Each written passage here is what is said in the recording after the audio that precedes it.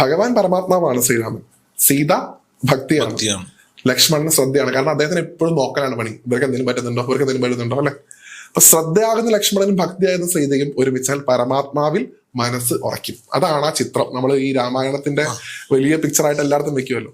അത് കാണുമ്പോൾ അത് ആലോചിക്കുക. കാരണം മനസ്സ് ഉറക്കണം എന്നുണ്ടെങ്കിൽ, ഈ ഇങ്ങനെ ചാടിക്കളിച്ചുകൊണ്ടിരിക്കുന്ന, കൺസ്ട്രക്ഷനിലാക്കിയിരിക്കുന്ന, എപ്പോഴും ഡിപ്രസ്ഡ് ആയിരിക്കുന്ന മനസ്സ് ഉറച്ചിരിക്കണം എന്നുണ്ടെങ്കിൽ, ഭഗവാനിൽ ഉറച്ചിരിക്കണം എന്നുണ്ടെങ്കിൽ ശ്രദ്ധയും ഭക്തി ഉണ്ടാവും.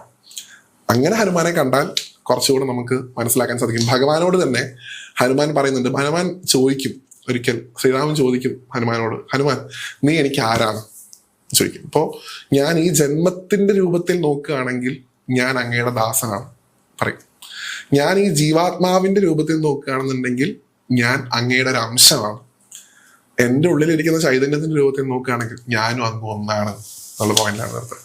അത് മനസ്സിലാക്കുന്നവനാണ്